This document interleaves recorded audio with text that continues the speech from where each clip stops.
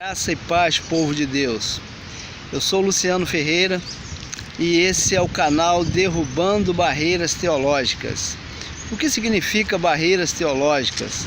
Barreiras teológicas são coisas que são ditas no meio cristão, no meio evangélico, que nunca realmente estiveram na Bíblia. Coisas que são ditas como bíblicas, mas que realmente não são. E esse canal, ele está aqui justamente para trazer esclarecimento sobre essas coisas, para derrubar esses mitos, para afastar completamente essas coisas que muitas vezes trazem confusão e geram às vezes heresias no meio das igrejas. Eu queria abordar hoje o texto de João, capítulo 10, versículo 10. Porque certamente você já deve ter ouvido algum pregador falando num púlpito ou algum crente repetindo isso em alguma conversa ou nas redes sociais mesmo. Você já deve ter ouvido a seguinte frase: o diabo veio para matar, roubar e destruir. Eu vim para que tenham vida e a tenham em abundância. E o que tem de errado então com essa frase? Ela não está na Bíblia? Ela está sim, a frase está na Bíblia, mas não da maneira como ela é dita. Essa frase está na Bíblia, em João 10,10, da seguinte maneira: o ladrão veio somente para matar, roubar e destruir, mas eu vim para que tenham vida e a tenham em abundância. Então, esse texto, o que eu quero abordar aqui para desmistificar nesse texto? É a palavra diabo. O sujeito aqui, diabo, ele não faz parte desse texto. Aliás, não faz parte desse contexto também. É um dos textos mais mal utilizados da Bíblia Sagrada. Eu vejo isso, já vi isso inúmeras vezes, você também já deve ter visto. Eu queria abordar esse texto aqui com seu contexto, para que você pudesse entender claramente o que realmente esse texto está dizendo. Porque, para a gente entender o contexto desse texto, ele começa no capítulo 9 de João, quando Jesus está junto com seus discípulos e eles avistam um cego de nascença e Jesus cura esse cego de nascença. Jesus cura esse cego. O capítulo 9, logo no início, narra que Jesus, ele cospe no chão, faz lodo e aplica nos olhos desse cego e diz para esse cego ir até o tanque de Siloé e se lavar. E ele faz isso e volta vendo, ele é curado. Então, eu queria que você ficasse bem atento ao contexto de João capítulo 9, porque é a maneira de entendermos o capítulo 10, versículo 10 de João. Porque vários diálogos vão acontecendo a partir do capítulo 9, a partir da cura desse cego, né? E a cura desse cego vai gerar uma grande repercussão aquele dia em Jerusalém. Primeiro porque nunca se tinha ouvido falar da cura de um cego de nascença. Nunca isso tinha acontecido. Isso gerou uma repercussão muito grande e começou a haver uma investigação por parte dos líderes religiosos, né, fariseus e saduceus, porque o fato do cego espalhar que um homem chamado Jesus o havia curado, isso incomodava muitíssimo esses líderes religiosos. E eles chamam esse cego para perguntarem a ele, investigarem a respeito disso, e ele vai dizer o seguinte: olha, um homem chamado Jesus passou lodo nos meus olhos, me mandou ir até o tanque de Siloé lavar, eu fui lá, lavei e estou vendo, né? E eles não acreditaram no testemunho dele e mandou chamar os pais dele. E quando os pais dele chegaram, eles perguntaram para ele se aquele homem era realmente filho deles e se ele tinha nascido cego. E eles disseram o seguinte: olha, nós sabemos que ele é nosso filho e que ele era cego, agora não sabemos por que ele está vendo. Então essa resposta deles foi uma resposta que foi dada por causa da ameaça desses líderes de que qualquer pessoa que confessasse Jesus como Cristo seria expulsa do templo, não entraria no templo. Então, por conta disso, eles responderam dessa maneira. E continuando, eles vão chamar novamente o cego, e dessa vez, né, o diálogo vai ficar um pouco mais quente ali, porque eles vão dizer o seguinte: olha, esse homem é pecador, você tem que dar glória a Deus. E esse homem vai dizer o seguinte para eles: olha, se ele é pecador, eu não sei. O que eu sei é que eu era cego e agora eu vejo. E mais uma coisa, vão dizer o seguinte, o cego vai dizer o seguinte: olha, vocês estão querendo ser discípulo dele também? Isso vai causar uma irritação enorme neles, porque eles vão dizer: olha, nós somos discípulos de Moisés, esse homem nós nem sabemos quem é e de onde ele vem.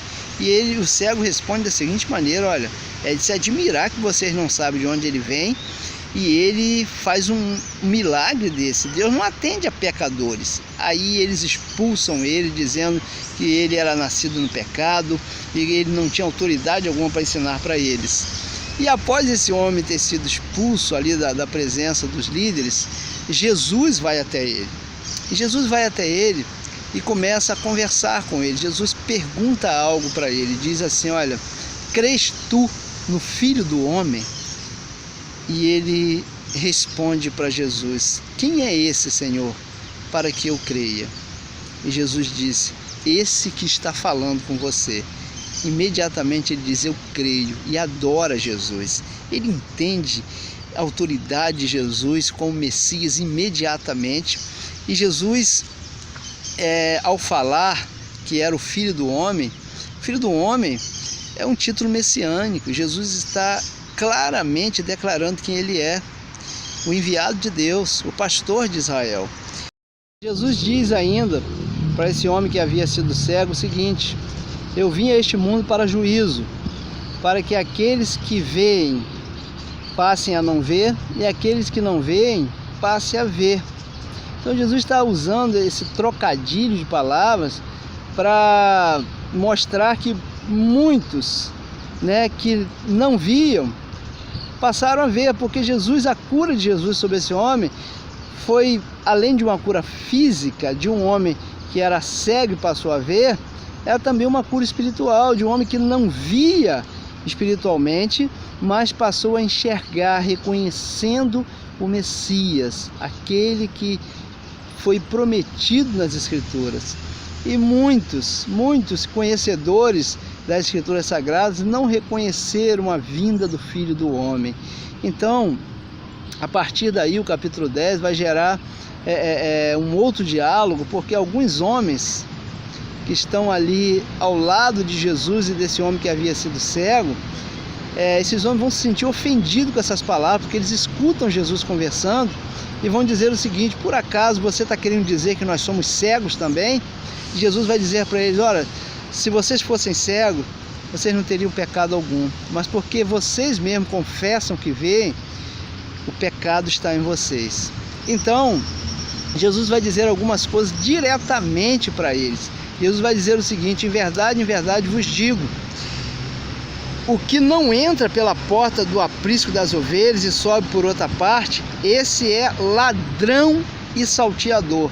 Você está vendo? A palavra ladrão aparece agora, começa a aparecer.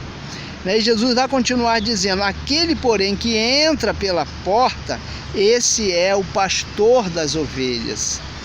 Jesus, ele está defendendo aqui a sua autoridade messiânica. Claramente ele defende a sua autoridade messiânica. E Jesus, se declarando pastor das ovelhas, ele vai dizer ainda: para esse, o porteiro abre a porta, as ovelhas ouvem a sua voz, ele chama pelo nome as suas próprias ovelhas e as conduz para fora. Então Jesus se declara claramente o pastor de Israel. E ele vai continuar dizendo, mais à frente ele diz: olha, de modo nenhum seguirão um estranho.